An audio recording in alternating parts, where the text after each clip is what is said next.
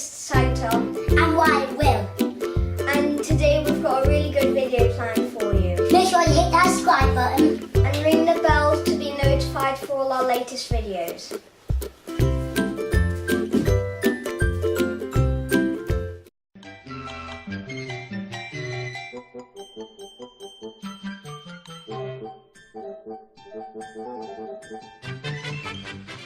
On my holiday to Edinburgh, I went on something called the Royal Mile.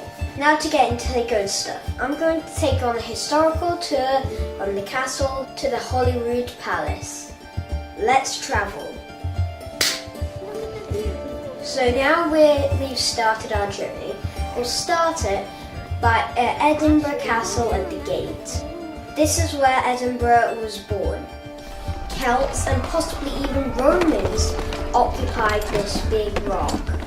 There's been a castle on Castle Rock since at least the 11th century, and it's been the home of Scotland's kings and queens for centuries. If you look towards that big old gatehouse, you'll notice two statues. On the left is Robert the Bruce, who won freedom for Scotland from the English. On the right is William Wallace, who was hanged, drawn and quartered for treason. So everyone, this is how the Royal Mile was made. There was this big volcano, right?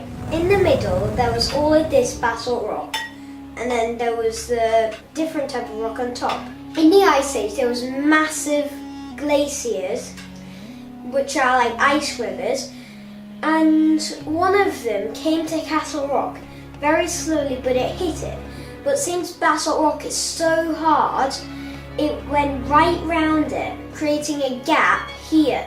That is where the Royal Mile is formed. The Royal Mile is technically the tail that came off the basalt rock, but the basalt rock is still standing, and then the Romans and the Celts built forts on top of it, until finally Edinburgh Castle was built right on top of this. Our journey has led us to Castle Hill so far. On the left is a big tank-looking building which used to be the town's reservoir. Now is not. Time's moved on. Now it's a place where you can buy tatty tartan. This is Tollbooth Church. It was built in 1844. It has the tallest spire in the city. We're now in Lawnmarket in Gladstone's land. In the 1600s, Lawnmarket meant a market for linen or produce. At this time, the streets were really narrow, so the only direction they could build was up. Some buildings was 10 stories high. An example of this is Gladstone's land. It's number 477B on the left. It was built in 1617, so go right over there now. We're now at Lady Stairs Close and Writers Museum. We're just going to head towards the museum. There are little streets running off the Royal Mile, just like Mary King's Close, and their name means different things. If it's a wind means a narrow, windy lane. If it's a pend, that means it's an arched gateway. And the word gate is Scandinavian for street. And a close is a tiny alleyway between two buildings. We're now at Bank Street intersection. The green domed building used to be the headquarters of the Bank of Scotland. The green statue is of David Hume, a Scottish thinker. It's in front of the old law courts, and people rub his toe for good luck, that's why it's so shiny.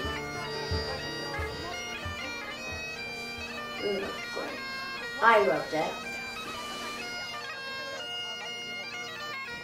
On this spot was the last public execution in Edinburgh in 1864 on this brass heap. This is a well. It takes water from the wet reservoir like we saw earlier at the start. On the floor is the heart of Midlothian. It marks the spot of the jail doors. Traitors were decapitated and witches burned, even though witches were never a real thing. And tradition now is for Scottish people to spit in the middle of the heart to show disrespect. On the left is the old Parliament House. Disrespecting that jail door, just like to say. We're now at St. Giles Church and we're going to have a little peek inside.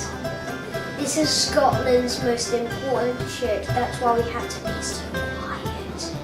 Inside are 4 pillars, which are the oldest part of the church, which date back to the 12th century. We're now at the Mercat Cross. It means Market Cross, or place of the market. I still have no idea what those things are. Wait, are they markets? It's the place where royal proclamations were read. Like there's a new king, or you have to pay more tax. Just a few examples. Now, the Royal Mile is called the High Street.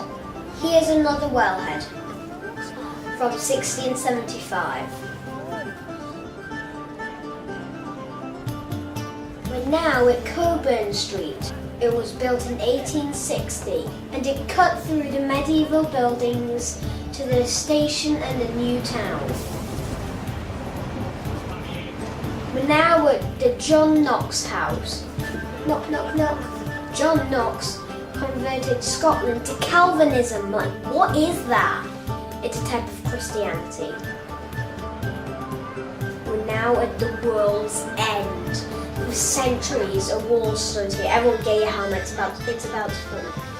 Brass bricks trace the wall's gate entrance.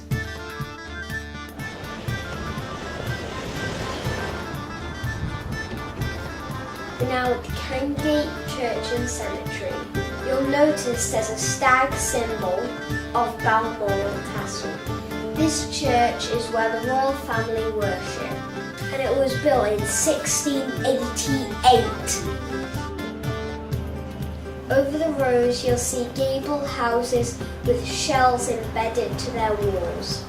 This was done in the 17th century to defend against witches. On the left is the White Horse Cross, which took us ages to find out. In the 17th century, stagecoaches left to set off to London. It took 8 days until they eventually arrived at Scotland Yard in London. And that's where Scotland Yard in London gets its name from. We're now at the Scottish Parliament building. It was built for devolution in 1998 and opened in 2004. We're now at the Palace of Holyroodhouse. It's the 16th century palace at the end of the Royal Mile. Before that, it was a monastery. It was named after a holy relic which was said to be a piece of the cross that Jesus died on. Mary, Queen of Scots, once lived there. It took about an hour and a half to complete this big walk through historical things. And by the way, we also stopped off at the fudge shop and I got some fudge. Yum yum. So we finally finished our journey through the Royal Mile. And I'd like to thank you all for coming on this journey with me, possibly again. So I'd just like to say to do a wild like and a tiger subscribe. And make sure you hit that button really hard. Just go back in time, get Lord Nelson his head in there. This is Tiger Tom signing out.